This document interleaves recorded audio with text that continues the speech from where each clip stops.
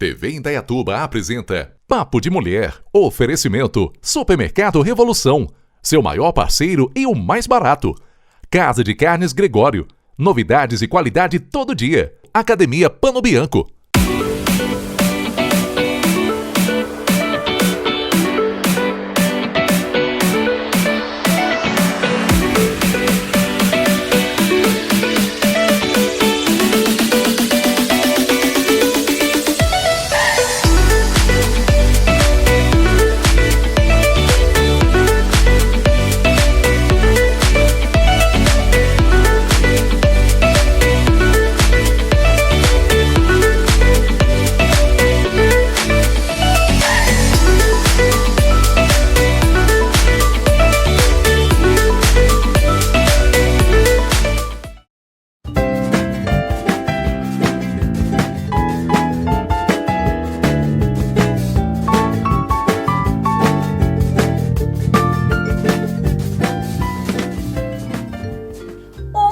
Também conhecido como bolo de pão de queijo.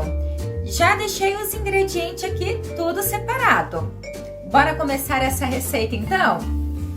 Aqui ó, eu tenho 150 gramas de presunto triturado. Se quiser é só pra gente dar uma decoradinha por cima. E para quem quiser pode colocar um pouquinho na massa também, para dar aquele gostinho. 3 xícaras de 200 ml de polvilho doce. 1 xícara de óleo, 1 xícara de leite, 50 gramas de queijo parmesão ralado, aqueles pacotinhos que a gente compra no mercado mesmo. Aqui eu tenho 3 ovos e aqui eu tenho 250 gramas de mussarela. Olha, vai ficar uma delícia. E vamos usar o liquidificador, então é muito prático. Vou adicionar os ovos, o óleo,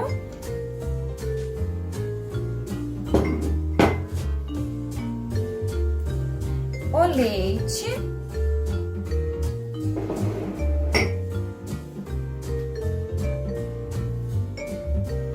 e o polvilho. Pode usar o polvilho azedo também, que vai dar certo. Agora eu vou adicionar o queijo parmesão ralado. Aqui eu tenho uma colher de chá, aquelas menor, um pouquinho maior que a de café, de sal. E uma colher de chá rasa de fermento em pó. E agora eu vou bater só um pouquinho, só para dar uma misturada.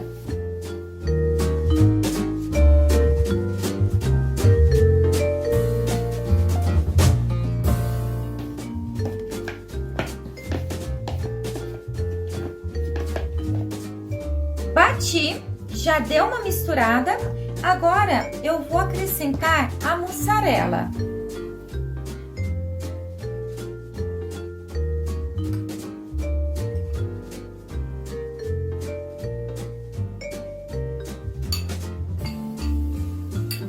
Vou deixar um pouco de mussarela no pote, só para finalizar por cima. E vou bater novamente.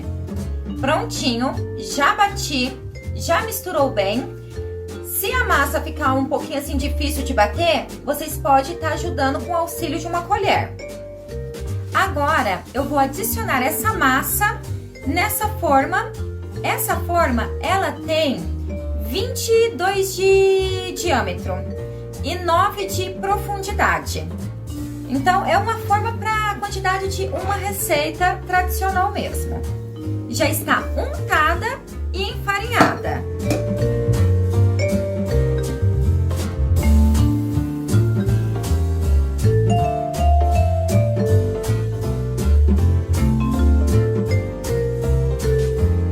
Já adicionei tudo na forma, olha como ficou. Gente, vai ficar uma delícia. Agora esse queijo que eu deixei aqui, essa mussarela, eu só vou dar uma polvilhada aqui por cima, ó.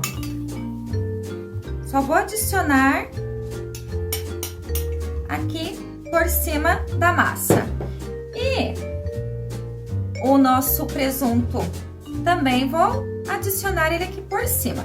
Quem quiser tá misturando agora, nesse momento, na massa, também pode. Vai ficar uma delícia. Mas eu vou colocar só aqui por cima mesmo. Só para dar um gostinho e aquela corzinha maravilhosa. E assim ficou o nosso pão de queijo de forma. Agora eu vou levar para assar, forno pré-aquecido a 180 graus. E já eu volto e mostro essa belezura para vocês. Voltei com o nosso pão de queijo de forma assado. Gente, olha que lindo. Só dar uma dica para vocês.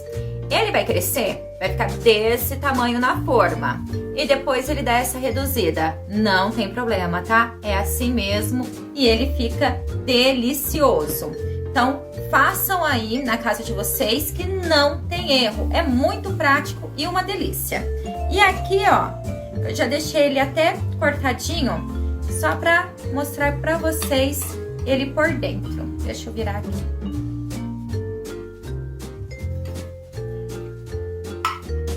Olha que delícia. Eu acho que dá pra vocês dar uma olhadinha aí, né? Olha a massa dele, gente. É muito queijo, é muito sabor. É uma delícia. Então, essa é a nossa receita de hoje. A minha dica foi de colocar o presunto triturado por cima, que dá um tchan no bolo. E fica muito bom mesmo. Então, esse é o nosso bolo de pão de queijo ou pão de queijo de forma, do jeito que vocês preferirem. Essa foi a nossa dica da semana, né? E eu espero vocês semana que vem aqui no Dicas de Culinária no Papo de Mulher. Beijão pra vocês!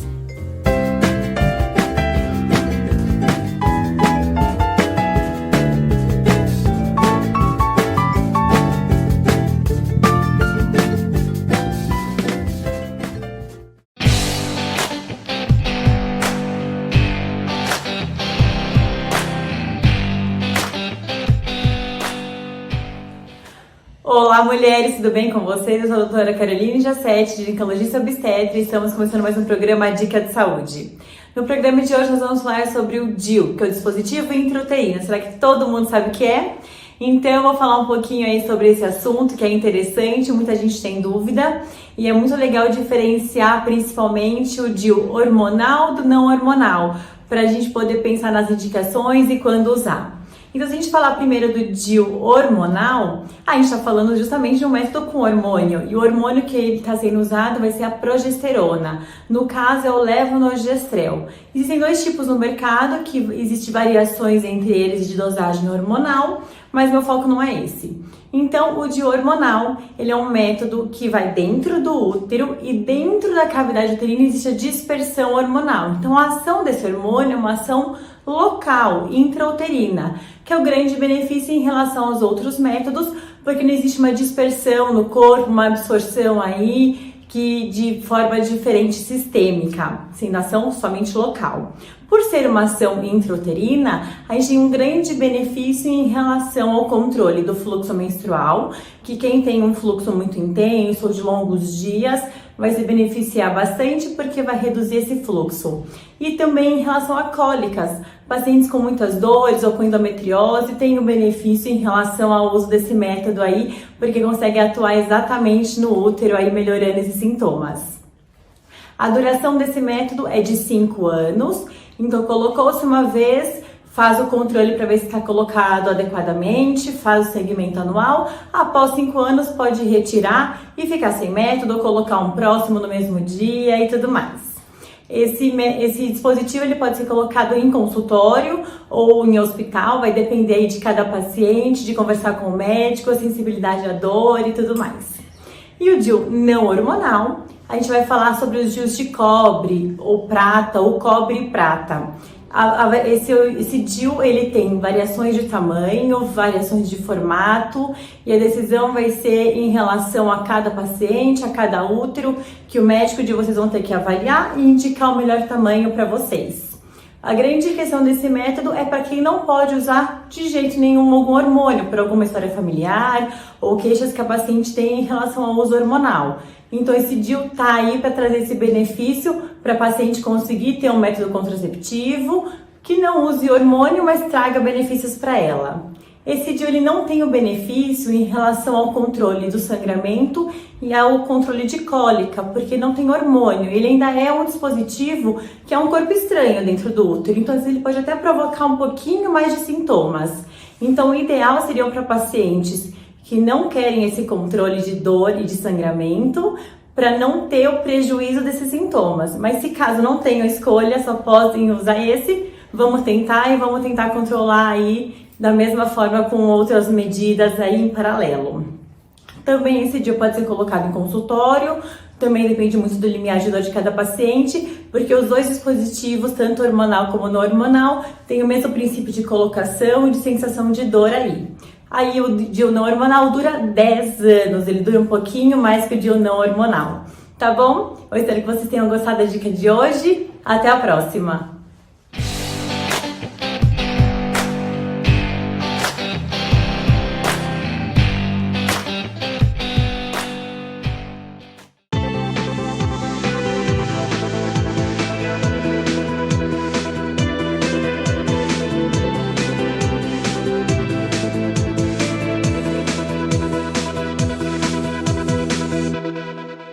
Oi gente, tudo bem? Meu nome é Thalita Oca, eu sou nutricionista e hoje eu vim aqui no Papo de Mulher trazer uma questão muito interessante, né?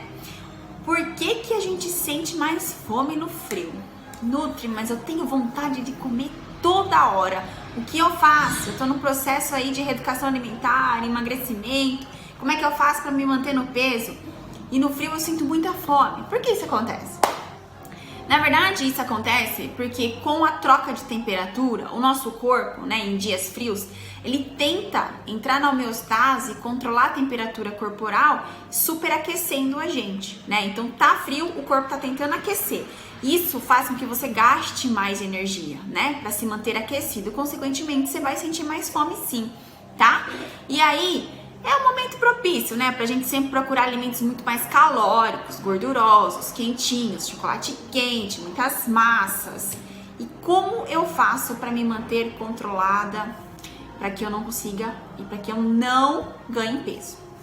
A ideia é sempre você apostar numa hidratação eficiente. Então, né, sua garrafinha de água deve estar bem do seu ladinho todos os dias, até porque no frio a gente não tem a sensação de sede, igual a gente tem no verão, né? Porque a sensação de sede já é uma desidratação do seu corpo. Então não espera sentir frio. Mesmo que seja difícil tomar água nesse momento, vai de golinho em golinho, que eu tenho certeza que você consegue, tá? Uma outra coisa muito importante é, já que tá frio, vamos apostar em algumas bebidas quentinhas. Por exemplo, vamos trocar um pouco desse chocolate quente por um chá sem açúcar, mais café, por exemplo, tá? Isso vai fazer com que você se mantenha aquecido com poucas calorias. Se você consumir muito chocolate quente, muita bebida doce, isso vai fazer com que você vá aumentando caloria de pouquinho em pouquinho. E aí, como a gente usa roupinhas mais largas no inverno, chega na hora de entrar no verão, você fala, esse quilinho não tava aqui, o que tá acontecendo? E aí você não vai percebendo e vai aumentando de peso gradativamente se você consumir isso em excesso, tá? Outra coisa muito legal que dá pra você colocar são sopas. Os caldos agora no inverno são super bem-vindos, né? Só cuidado com o que você vai colocar dentro desse caldo. Então cuidado com excesso de carboidratos, né? De tubérculos, muita batata, muita mandioca, muito macarrão. Então prefira sempre sopas mais leves, com mais legumes, que vai ter bastante fibra, vai te dar bastante saciedade, e um pouquinho menos desses carboidratos que em excesso vão fazer você engordar, mas não precisa ter medo deles, tá? É só você colocar em menor quantidade e colocar mais legumes, tá bom? Lembre-se, é muito importante que você também tenha uma ingestão boa de verduras. Por quê? As verduras cruas, principalmente, né? Fora os legumes que eu já falei da sopa, elas dão uma saciedade muito grande. Então, se você, antes das refeições, colocar lá no seu prato um pouco de alface, um pouco de cenoura ralada, um agrião, uma rúcula, temperar bonitinho e comer, isso vai manter você muito mais saciado, tá bom? Agora, se você gosta de massas, eu te aconselho sempre as massas integrais, se possível, tá? Porque ela vai ter um pouquinho mais de fibra, ela vai dar um pouquinho mais de saciedade pra você. E aí, evita aqueles molhos muito gordurosos, molho branco, molho 4 queijos, tá? Sempre o mais limpo possível, que isso você consegue comer com mais frequência e não vai, consequentemente, aumentar muito as suas calorias do dia a dia, tá bom? Espero que você tenha gostado dessa dica de como se manter aquecidinho nesse frio, né? Quando aumenta a sua fome, mas sem extrapolar nas calorias, certo? Tô por aqui, se tiver qualquer dúvida, pode me escrever. Um beijo e eu espero que vocês tenham gostado desse programa de hoje e a gente se vê no Papo de Mulher na semana que vem. Tchau!